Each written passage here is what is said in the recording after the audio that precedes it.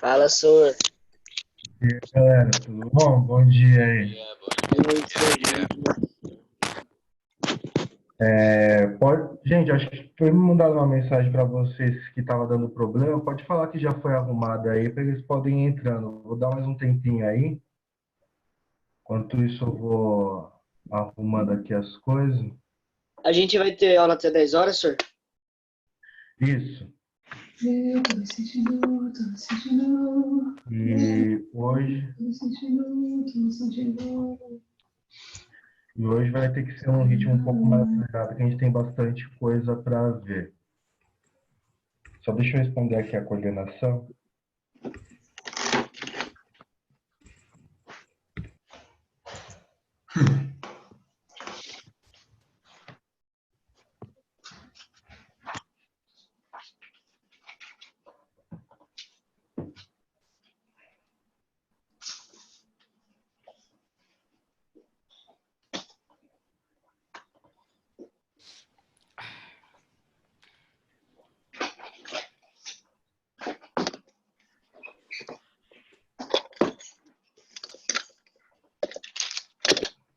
Deixa eu ver se tem mais gente aqui. Acho que tem mais gente entrando aí. Pessoal, então como que vai funcionar aqui a dinâmica hoje?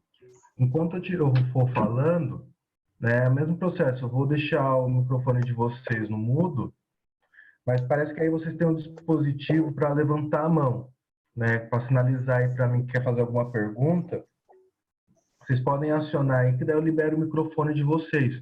Ou se não, fazer a pergunta pelo chat mesmo, né? Daí a gente vai vendo qual que é o modelo que fica melhor aí para vocês. Eu estava com o oitavo ano, né, antes de vocês, daí deu certinho fazer isso. Ok? Para agora, eu vou desativar o microfone de vocês. Antes disso, só uma confirmação aqui. Se vocês estão conseguindo ver aí a minha tela compartilhada? Sim. Sim. Uhum. Ah, tá. Então, a partir de agora, então, eu vou deixar o microfone de vocês mudo. Tá? Aí eu vou começar aí a explicação. Então, lembrando aqui que qualquer dúvida que for surgindo, ou vocês podem fazer aqui via chat, ou sinalizar. Aí vocês têm um botãozinho, daí vocês sinalizam aqui que quer fazer uma pergunta, e eu abro o microfone para vocês poderem falar. Então, galera, vamos lá que a gente tem bastante coisa para ver. Dentro do roteiro, então, que que vocês receberam sobre essa semana de revisão, vocês tinham que estudar basicamente, então, Bela Época, Primeira Guerra Mundial, Revolução Russa e a crise de 1929.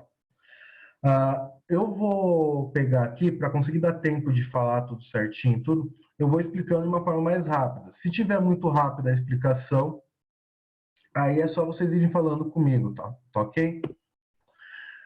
Vamos começar, então, pela Belle Époque, né? Então, a gente não consegue entender o que foi a Primeira Guerra Mundial sem entender o que foi a Belle Époque. Lembrando que Belle Époque é uma expressão em francês para falar sobre a Bela Época. Foi um período que durou de 1870 até 1914, né? Então, até o início da Primeira Guerra Mundial. Esse período ele é marcado por um grande otimismo, né, dentro da Europa, porque dentro da história europeia, a Europa no todo estava numa relativa paz, tá? Uma paz, harmonia. A última guerra importante que se teve foi a Guerra Franco-Prussiana, então você não tinha tantos conflitos bélicos, né, de grande magnitude. Então, você tinha toda uma questão também da Revolução Industrial, a Bela Época. A gente pode falar que foi uma consequência da Revolução Industrial, nesse sentido da Revolução Industrial, enquanto um movimento de transformação social. No ano passado, a gente estudou a Revolução Industrial, viu as consequências, né, da Revolução Industrial. Uma delas foi a Bela Época.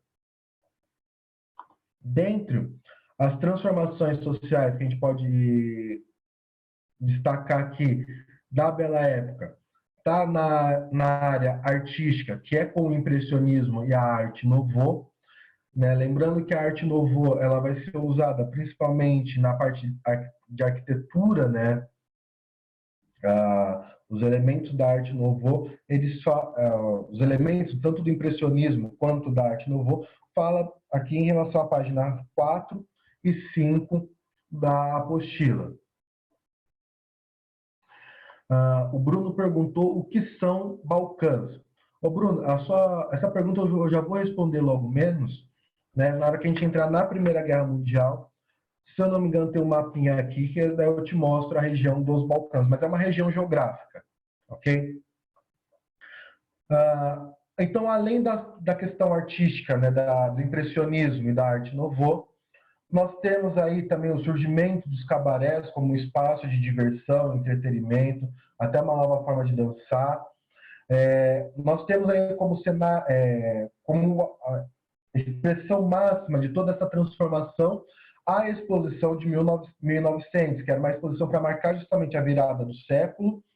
E nessa exposição nós temos aí que foi feito um investimento muito grande para mostrar tudo aquilo, todo o avanço moderno, avanço tecnológico que a Europa, que a humanidade, de uma forma geral, tinha alcançado. Então, era aí que a gente tem a questão do Ford T, a sopa Campbell, do telégrafo, da escada rolante. E como eu falei, nós estávamos no cenário de relativa paz, ou aquilo que nós podemos chamar de paz armadas. Aí vem aqui o próximo slide, que entra em relação à Primeira Guerra Mundial. Aqui, então, a gente está no cenário que antecede a Primeira Guerra Mundial. Nós temos aí a figura do imperialismo, que nós também estudamos no ano passado, e qual que é a essência do imperialismo? Buscar a criação de novas colônias. Lembrando que o imperialismo ele é impulsionado pela Revolução Industrial, porque, nesse caso, pela Segunda Revolução Industrial. No que acontece aqui? Eu tenho agora uma produção em larga escala dentro da Segunda Revolução Industrial. Eu começo a ter estoque. Para um empresário, né, um dono de fábrica, não é interessante ele ter estoque. Quando eu estou falando de estoque, eu estou falando assim, ter muito acúmulo de produto, entendeu? Então, eles precisavam de novos mercados consumidores. Então, por isso que eles foram buscando novas colônias. Além do imperialismo, nós vamos ter a questão do nacionalismo, né? Que até mesmo as alianças que nós vamos ver, as alianças políticas e militares que são formadas algumas, até aqui principalmente a Tríplice Aliança, ela é formada a partir de visões nacionalistas. De uma forma geral, como eu poderia definir nacionalismo para vocês? É o amor exagerado de pertencimento a uma pátria, a uma nação. Uma coisa é o patriotismo, outra coisa é o nacionalismo, né? No patriotismo, eu amo a minha pátria, mas eu consigo entender o que há de errado, eu consigo mostrar os defeitos dela, né? As partes boas, as partes ruins. No nacionalismo, tudo que vem da minha pátria, tudo que vem da minha nação é melhor em relação a outras nações, tá? E então você vai ter aqui o Império Britânico, o Império Francês, a Alemanha recém-unificada que vinha da Prússia. Perguntou aqui qual era o nacionalista. Então a visão nacionalista, tá, é uma visão de um amor exagerado à nossa nação, ok? No nacionalismo não existe algo melhor do que aquilo que vem da minha nação, entendeu? Vamos usar um exemplo aqui. Se eu pegasse, por exemplo, falar assim, o Fusca é produzido no Brasil. o Fusca é o melhor carro do mundo. Tá? Nenhum outro carro, o Fusca, nem a Mercedes, uma Mercedes produzida na Alemanha é inferior ao Fusca produzido no Brasil. Só um exemplo, entendeu? Eu não consigo entender que coisas fora da minha pátria, fora da minha nação, podem ser boas também. Só a minha nação é boa, só as coisas feitas da minha nação são boas. Dentro das alianças políticas, nós vamos poder perceber a presença do nacionalismo, em especial aqui na Tríplice Aliança, em relação à Alemanha e à Áustria-Hungria, tá? Por causa que eles têm o sentimento nacionalista do pan-germanismo, né? Porque depois, quando apareceu o mapa, eu mostro melhor. Mas essa região, tanto da Alemanha, que antigamente era a Prússia, né? Então, lembrando que a Alemanha está aqui recém-unificada, e a região da Áustria-Hungria eram regiões que historicamente viviam um povo bárbaro chamado germânicos. Então, várias tribos bárbaras ali de descendência germânica. Entendeu? Então, o imperialismo e o nacionalismo, eles vão influenciar nas alianças políticas e militares. Ok? Então, aqui nós teremos dois grupos de aliados. Um é a Tríplice Entente, formada pela França, Rússia e Inglaterra. Lembrando que a França e a Inglaterra, elas eram inimigas históricas de longas datas, né? Se a gente pegar aí dentro da história europeia, a gente vai ver diversos conflitos que são promovidos pela França e a Inglaterra. Mas por que a França e a Inglaterra se unem? Porque elas tinham um inimigo em comum. Elas tinham uma pessoa que elas gostavam menos, que era a Alemanha. Tá? Lembrando que a Alemanha ela ganha a Guerra Franco-Prussiana, então os franceses eles ficam com os alemães entalados na garganta, eles querem dar o troco na Alemanha. Tá? A Inglaterra ela tem uma preocupação dessa aliança entre a Alemanha e a Áustria-Hungria, então eles colocam por um momento as suas divergências de lado e se unem. E daí também entra o Império Russo. Na Tríplice Aliança, nós vamos ter a Alemanha, a Áustria-Hungria e a Itália. Mas a gente vai ver, a gente já viu, melhor dizendo, que a Itália, mais para frente, ela vira casaca, né? Ela vai para outro time e deixa a Tríplice Aliança e vai para a Entente. Justamente porque qual que era o interesse da Itália? Terras, colônias. Também a Itália ela vem de um processo de unificação tardio. E a Itália, né, ela não gostava muito da Áustria-Hungria. Então, vocês veem aí que a Alemanha e a Áustria-Hungria aí dentro do cenário europeu não eram bem aceitos, assim, né? Todo mundo tinha um pezinho contra eles. Né? Então, dito isso, o que vai acontecer? A França e a Inglaterra vão prometer terras para a Itália, e a Itália, então, na hora que estoura a guerra, ela pega e fala assim, ó, já que eles vão me dar terra, eu vou lutar com eles. Beleza? Gente, até aqui, alguma dúvida? Vocês estão conseguindo entender? Está travando o áudio? Está tudo tranquilo?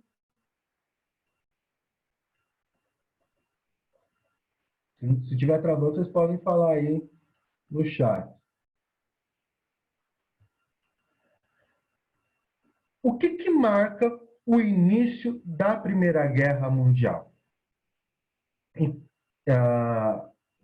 O fato que vai ser considerado o estopim, ou seja, que vai fazer estourar a Primeira Guerra Mundial, será o assassinato do arquiduque Franz Ferdinand, em 28 de junho de 1914. Franz Ferdinand ele era filho do imperador da Áustria-Hungria. Ele foi morto na Bósnia, em Sarajevo. Deixa eu confirmar aqui, na Bósnia ou na Sérvia? Deixa eu confirmar. Isso, na Bósnia, né, na capital da Bósnia, em Sarajevo. Ok? Eu vou mudar o slide, que aqui ó, tem um mapa, fica mais fácil para a gente entender aqui. Então, deixa eu...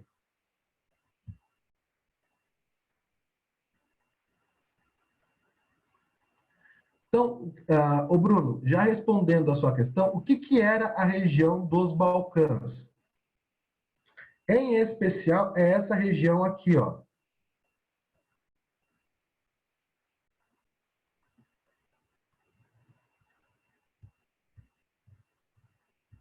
Então, essa região que eu contornei aqui é a região dos Balcãs. Ela engloba essa região aqui. E o que vai acontecer?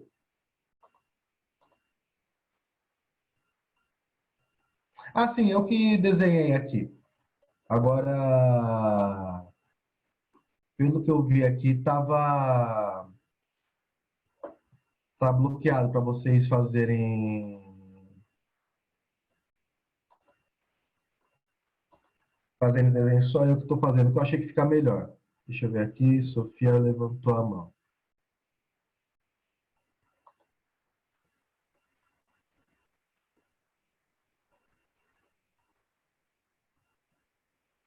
Sofia, você está com o microfone aberto. Professor, Oi? tem uma frase no meio do mapa, assim, não é esse risco que você fez, é uma frase em vermelho mesmo. Que mova a janela para longe, aplicativo. É isso aí. Isso fica aparecendo porque eu tenho que aceitar quando entra alguém na sala. E toda hora aparece. Deixa eu ver se eu tirar. Ah, tá, entendi. Deixa eu compartilhar de novo. Deixa eu interromper o compartilhamento e compartilhar de novo. Acho que sai. Saiu agora? Sim.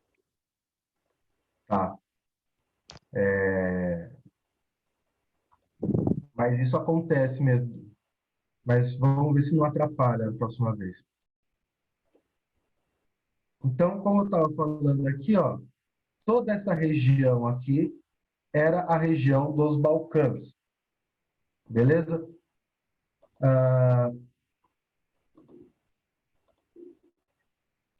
Entendeu aqui, Bruno? Então, essa é a região dos Balcãs. Então, o que acontece? O Império Austro-Húngaro, ele tinha interesses nessa região.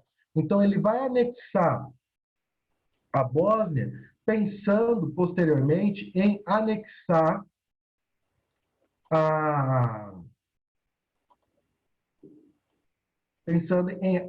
aqui a Sérvia.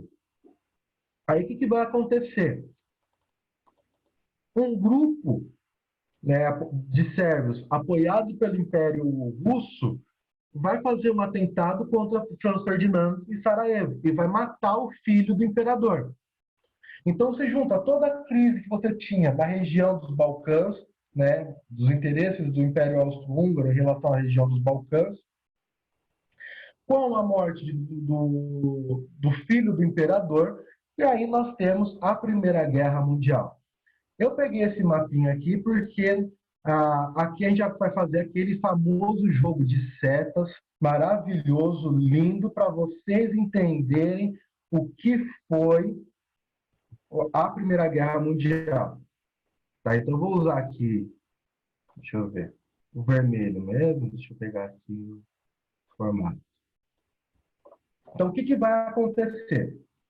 Eu vou ter a Áustria, ela vai declarar guerra para a Sérvia. Ok? Então, a Áustria aqui, ela declara guerra contra a Sérvia, porque a Alemanha está protegendo a Áustria. Lembra lá da aliança política militar. Aí, o que acontece? Os russos que apoiavam a Sérvia vão lá e declaram guerra contra a Áustria. Aí, os alemães, fazendo cumprir o acordo que eles tinham, vão lá e declaram guerra contra os russos. Tá? E a Áustria aqui também vai entrar em guerra contra os russos. Beleza? Aqui, então, o que vai acontecer? Os russos vão pegar e falar, vai chegar para o Reino Unido e para a França assim, olha, a gente não tem um acordo militar? Que história é essa aí agora? Vocês têm que fazer o acordo cumprir. Então, o Reino Unido declara guerra contra a Alemanha e contra a Áustria. A França, por sua vez, declara guerra contra a Alemanha e contra a Áustria também. Aí, a Alemanha e a Áustria forçam a Itália a declarar guerra contra a França. Daí a Alemanha, mais para frente, também entra em guerra contra a França. E aí, então, a gente já viu que a Europa está toda em guerra. E esse mapa fica maravilhoso com as setinhas aí, para vocês entenderem como é que tá, como foi a Primeira Guerra Mundial. Gente, é óbvio que aqui eu estou explicando a partir das grandes potências, mas você vai pegar aqui, ó, que o Império Otomano vai entrar na guerra também a favor da Tríplice Aliança, né? Então, todos esses países que aqui estão de verde são da Entente. Esses mais amarelos aqui são, né, da Tríplice Aliança. Deixa eu ver aqui.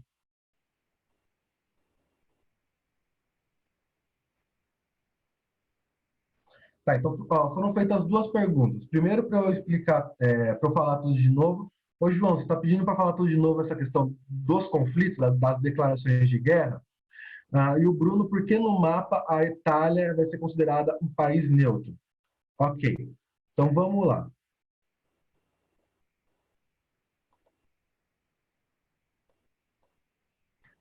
Então vou começar primeiro aqui. Teve alguém que pediu aqui para falar.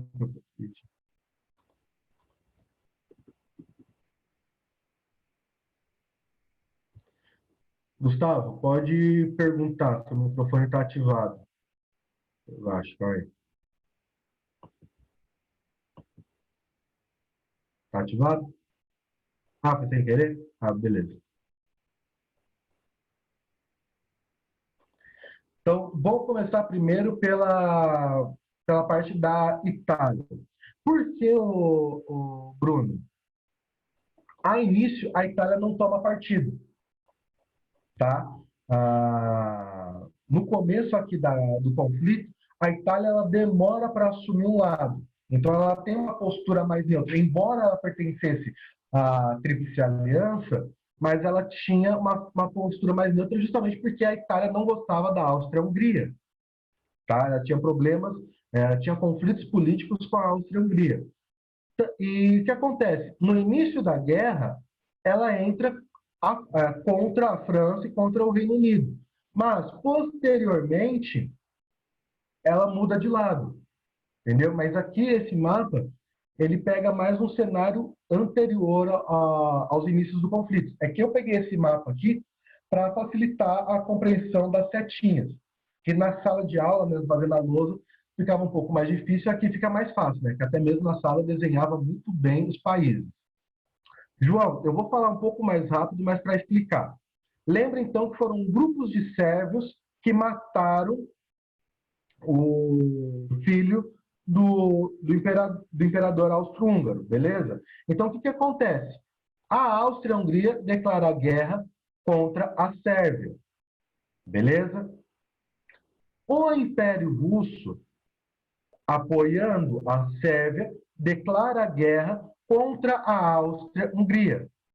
A Alemanha declara guerra contra o Império Russo. Então, logo, o Império Russo também vai entrar em guerra contra a Alemanha. Beleza? Aí, o que vai acontecer? Por causa das alianças, o Reino Unido e a França vão entrar em guerra com a Alemanha e com a Áustria-Hungria, o que vai fazer a Alemanha e a Áustria-Hungria também declararem guerras para eles. E, por final das contas, a Itália, no início da guerra, vai declarar guerra contra a França.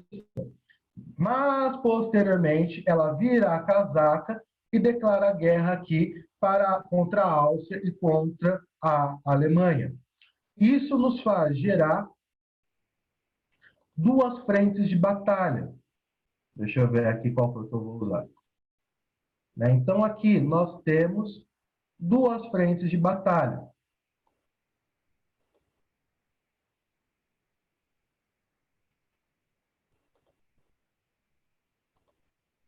A frente oriental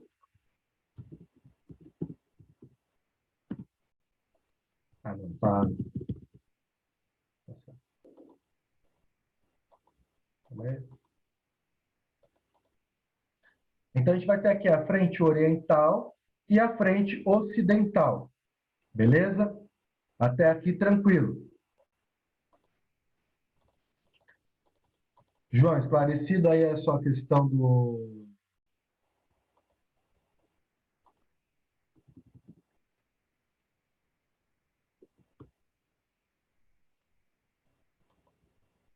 Murilo, pode Oi, perguntar.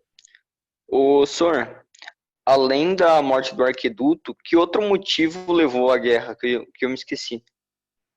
A crise naquilo que a gente chama de região balcânica, que é essa região aqui, ó. Ok. Então, você tem todo um cenário de instabilidade política nessa região aqui. Entendeu? Uhum. Então, você tem todo o assassinato, porque, como eu falei, o assassinato ele é o estopim, tá? Mas você tinha todo um conflito nessa região, e aí o assassinato foi a gota d'água para você ter essas declarações de guerra aí, um país contra o outro. Beleza? Então, gente, eu vou dar sequência aqui.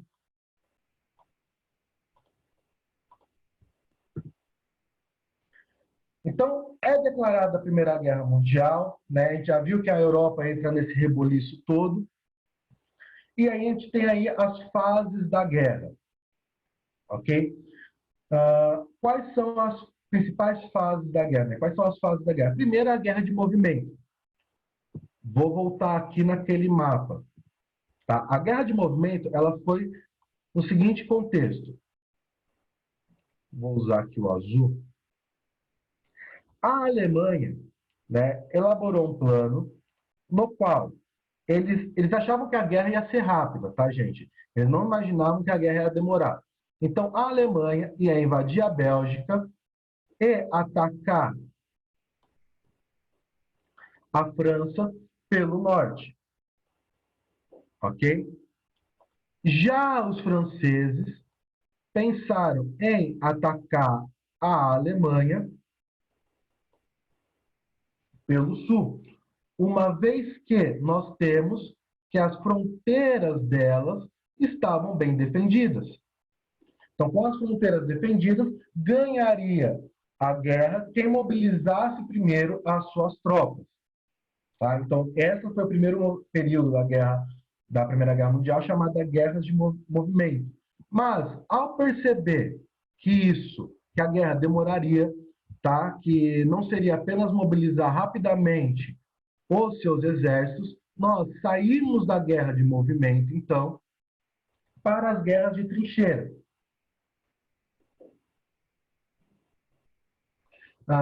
Perguntou aqui se a prova é dissertativa. Não, a prova é toda questão alternativa. Tá? É tudo teste.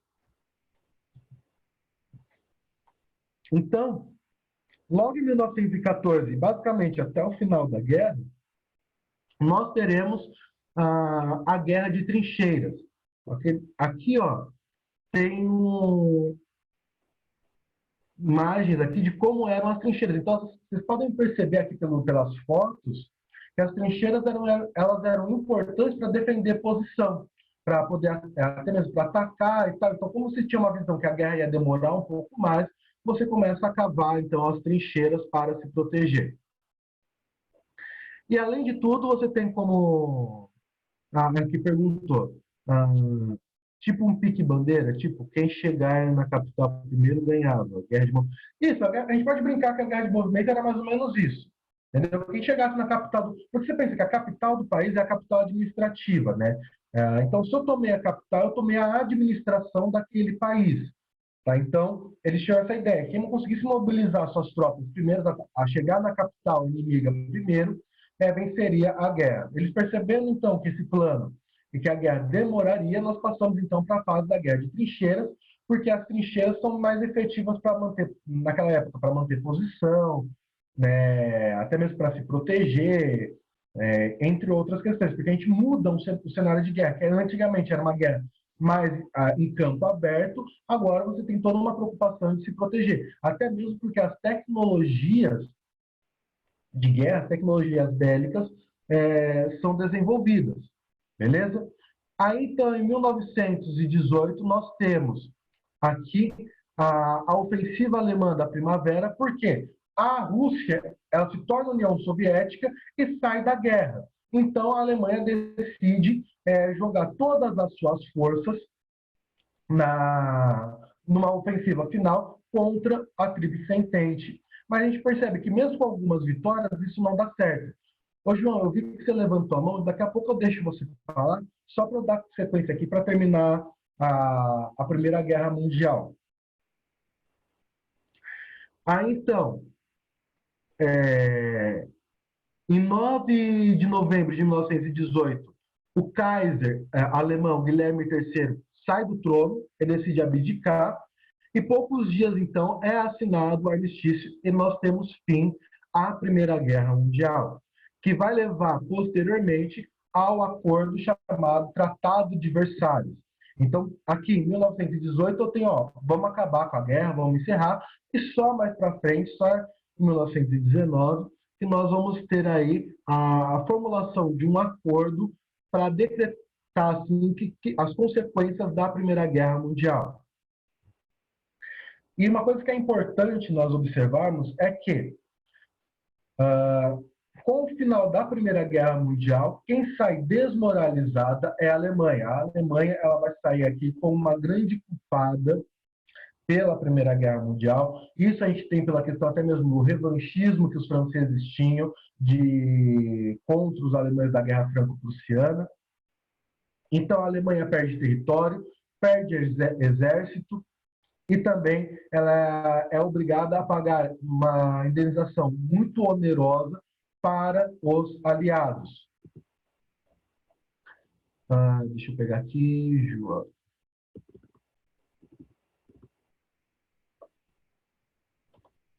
Ô, João, pode fazer essa pergunta, seu microfone, acho que já ativei.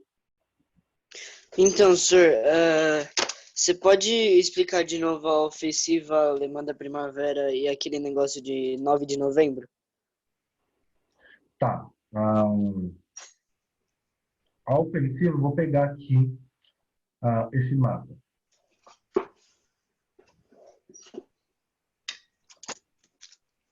Então, lembrando aqui que nós temos duas frentes de batalha, tá? O que vai acontecer?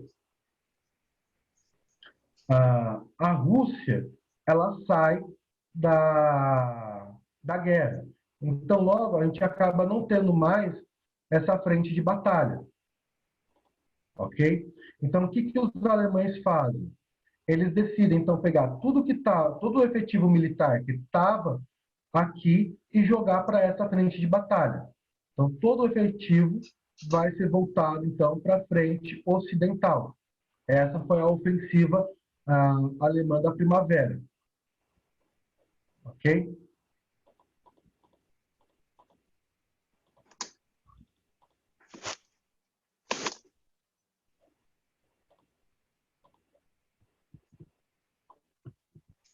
Aí, o que vai acontecer? O czar, os alemães, de uma forma geral, vendo que não conseguiriam ganhar a guerra, mesmo com essas vitórias, eles decidem, então, acaba às 10. Eu já vou adiantar aqui para terminar. Então, acaba tendo uma pressão muito grande no czar, no Kaiser Guilherme III. Ele, então, acaba deixando o poder da Alemanha, ele abdica do trono, e alguns dias depois, então, é assinado o armistício que declara fim à Primeira Guerra Mundial. E, posteriormente, a gente fecha o acordo, que é o Tratado de Versalhes, no qual a Alemanha ela sai arrasada. Tá certo? Então, aqui vocês podem ir para a página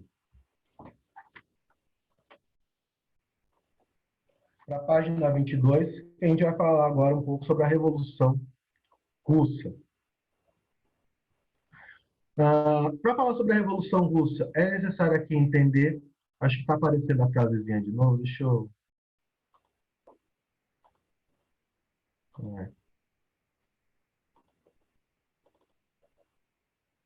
Então, aqui é necessário entender que a Rússia, basicamente, ela vivia sob um regime de monarquia absoluta, que a gente vai chamar de czarismo.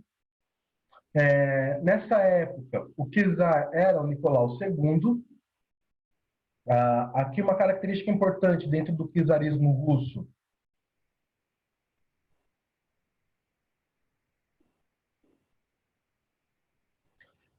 Perguntou se vai ser relevante a entrada dos Estados Unidos na guerra.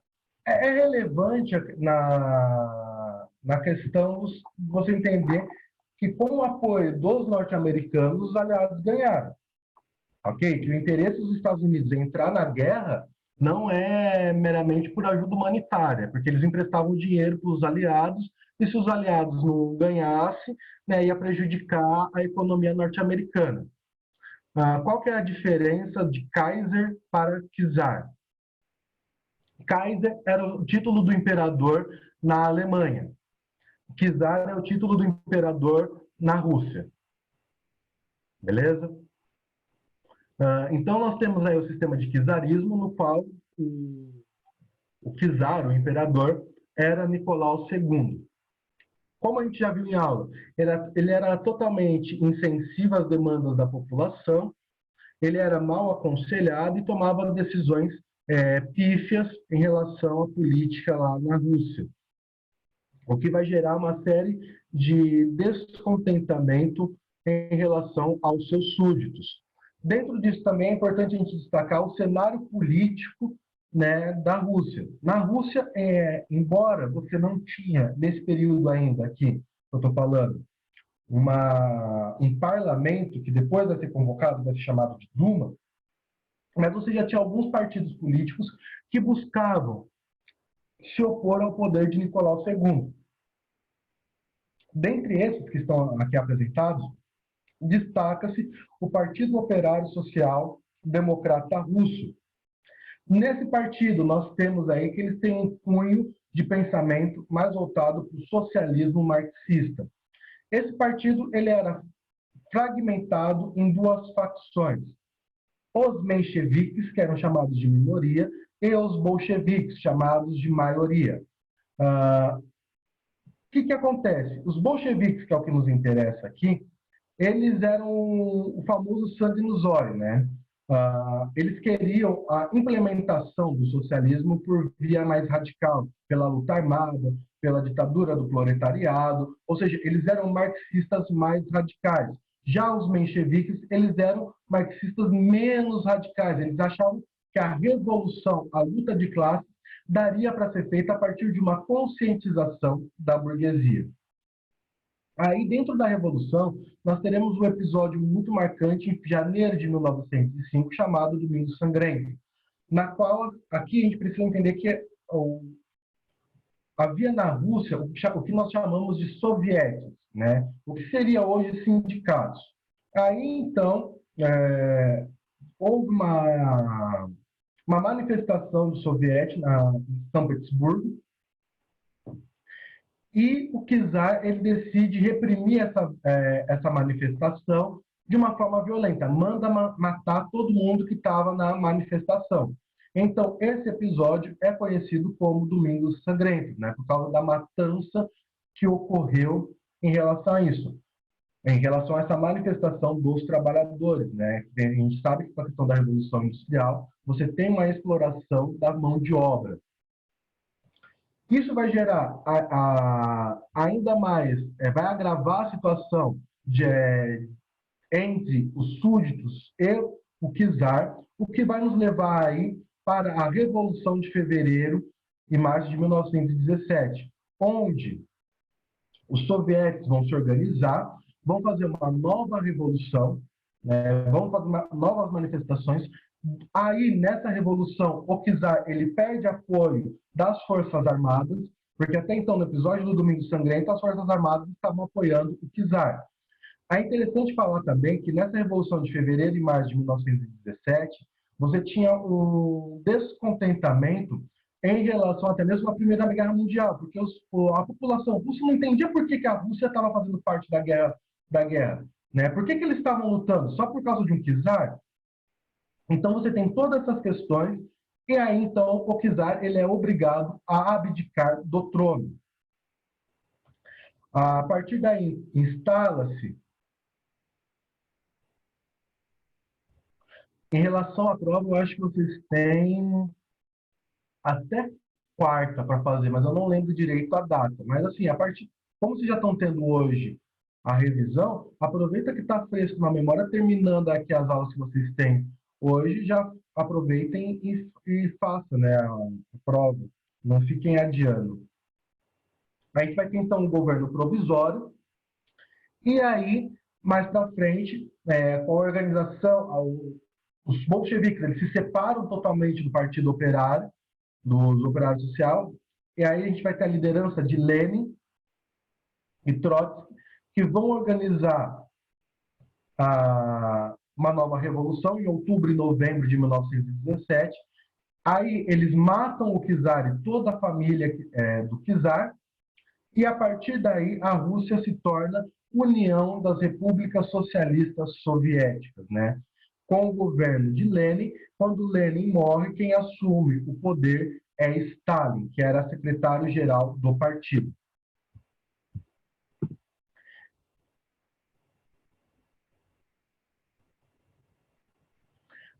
Aí, gente, para finalizar aqui, senão eu vou acabar consumindo tempo, calma aí, do outro professor.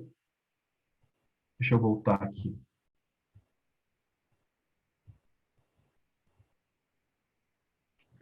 A gente tem a crise de 1929. O que acontece aqui na crise de 1929?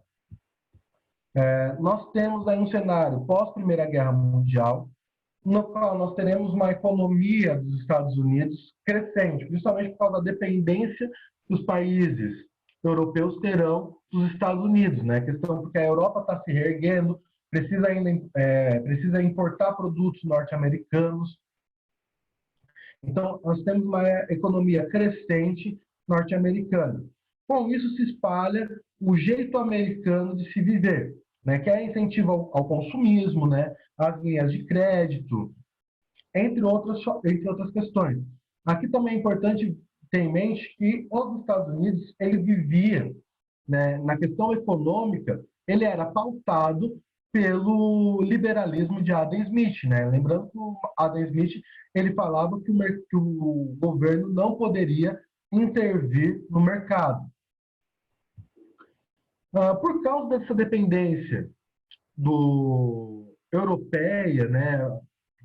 Por causa dessa crescente na economia norte-americana, nós vamos ter uma alta especulação financeira. Então, o valor das empresas, né, melhor dizendo, as empresas começaram a supervalorizar, começarem a ter uma valorização que era além da real, né? Isso vai acabar gerando a quebra da Bolsa de Valores de Nova York, que vai ser uma reação em cadeia, que vai levar muitas pessoas à falência, né? Então, nós vamos ter uma queda na economia norte-americana, uma crise econômica, que vai ser chamada de a Grande Depressão. Então, isso aí é a crise de 1929, que se inicia com a queda da Bolsa de Valores.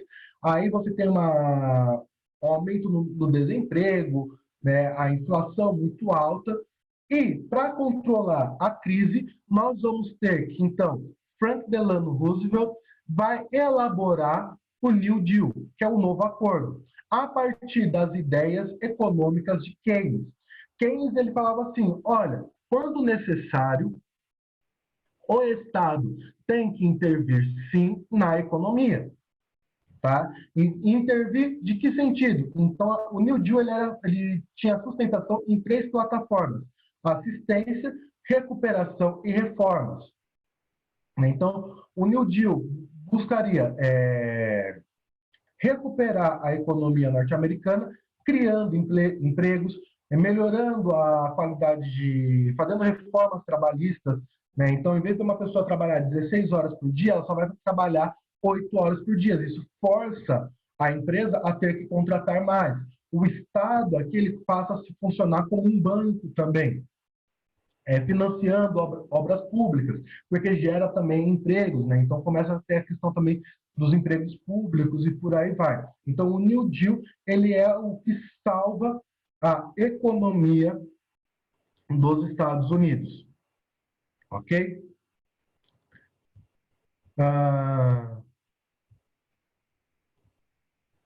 Gente, de uma forma geral, é isso que eu tinha que apresentar para vocês. A parte final ficou um pouco mais corrida. Aqui eu estou ativando de novo o som de vocês.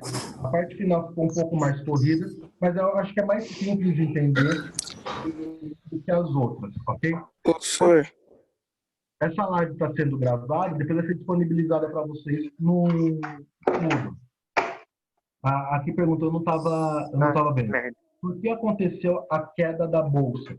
Justamente isso, você começa a ter uma valorização de mercado surreal e aí, do dia para a noite, você percebe que as empresas não valiam tudo isso. Você tem a economia europeia começa a se reerguer, né? Você vê que na Europa dependendo cada vez menos dos Estados Unidos, mas a especulação financeira do mercado norte-americano não estava vendo isso.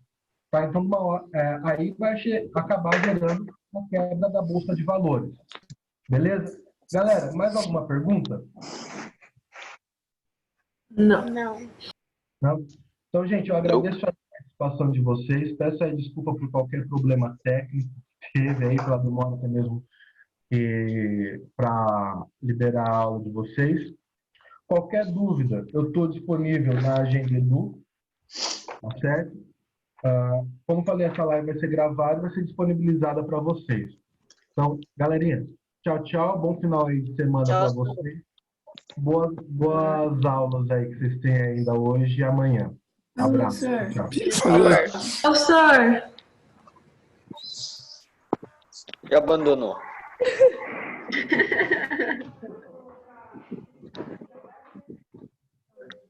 Quem que é esse cara pelado aí? falou, rapaziada, tamo junto. Esse ponto da escola. Esse cara também.